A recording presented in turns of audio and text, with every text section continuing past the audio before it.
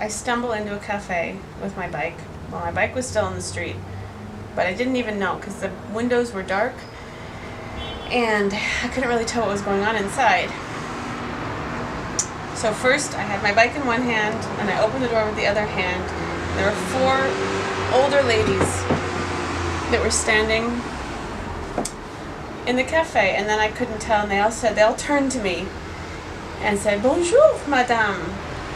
And I said, "Bonjour." And then they were waiting for me to say what was next. They were confused because I wasn't coming in, because I was just checking out the place. But I wasn't, walking away either, so they were like, "What is she doing? What's going on here?" I was going to try to say, what I wanted to say was, I need to charge my phone.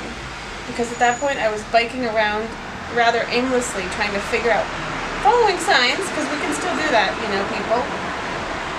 Following the signs, but not seeing the signs that were pointing to where I needed to go. So I figured, hey, I'll just revert back to our old lazy ways and charge my phone. So I can get home, back to my babe and my hubs. So I had to figure out how to say, I need to charge my phone en français. And I said, désolé, je ne parle beaucoup français, mais j'ai qui... And then I paused for like 10 seconds and they continued just to look at me even more like, oh my god, who is this crazy weird foreign idiota that just opened the door? And then finally I figured out how to say it. It was like, j'ai qui recharger mon téléphone, mon cellulaire. Is that it all correct? Yeah. And, okay, they understood and they invited me in. Ça va, ça va. So I went in, I charged my phone, sat down, they asked me if I wanted a drink. I ordered a little drink. And then I wrote you a letter.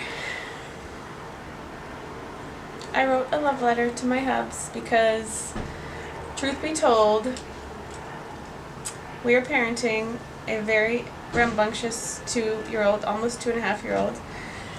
And we've been moving many times since we got to Switzerland.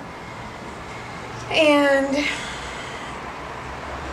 we have a lot going on, and it's easy to get overwhelmed and forget that your partner and you need to feed your relationship and do sweet things for each other.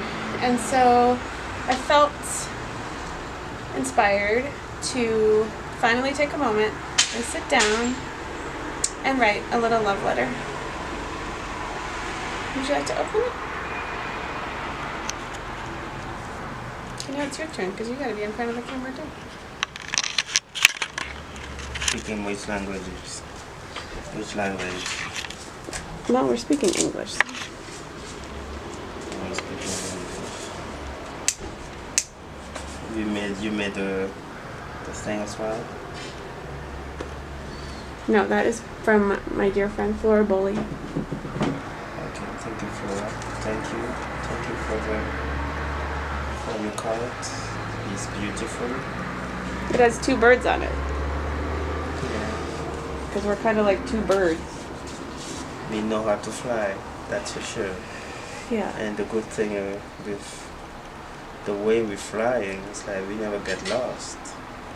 No? Are you sure about that? No, we never get lost. Always find my way. So thank you for your card.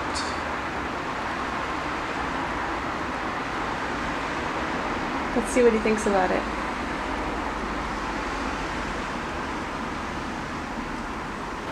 Yeah, I will read your letter later. It's right, your letter. And yeah, but thank you for writing this for me while you're waiting for your phone to be charged. And I like just to point it out, like you actually wrote this letter because you didn't have your phone on your head. Not true. I wrote the letter because I wanted to. I just had a really good opportunity to. Yeah, as I was saying, you actually wrote the letter because for once you didn't have your phone with you. I did. It just had died. Yeah, that's what I mean. It was a useless phone without battery. So I like the action of when you don't actually have your phone, you think about me and you write letters to me. That's good.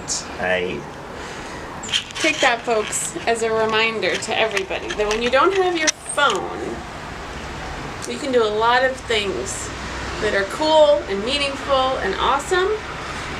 And I will say, I used to be an avid letter writer, and I grew up, of course, as you can tell by my youthful glow, in the day and age in which we all wrote everything by hand. My schoolwork was always by hand. I don't know if I ever, until college, used a computer to take notes and, of course, write papers. That's one thing. I would do that on my mom's old desktop computer at home.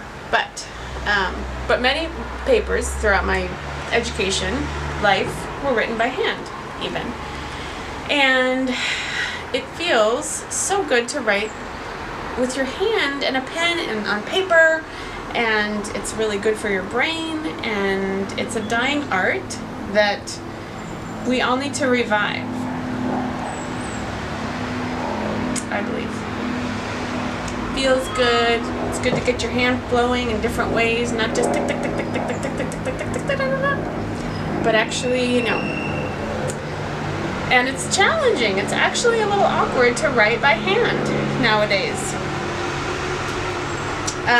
But all the more reason to keep practicing and keep the beautiful art, especially of letter writing to your loved ones, alive.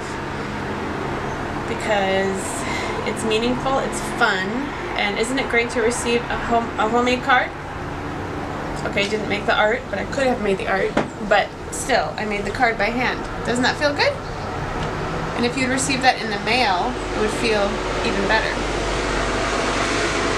So y'all, don't forget all your tools. You have all the tools you need. And keep the homemade handwriting letters alive.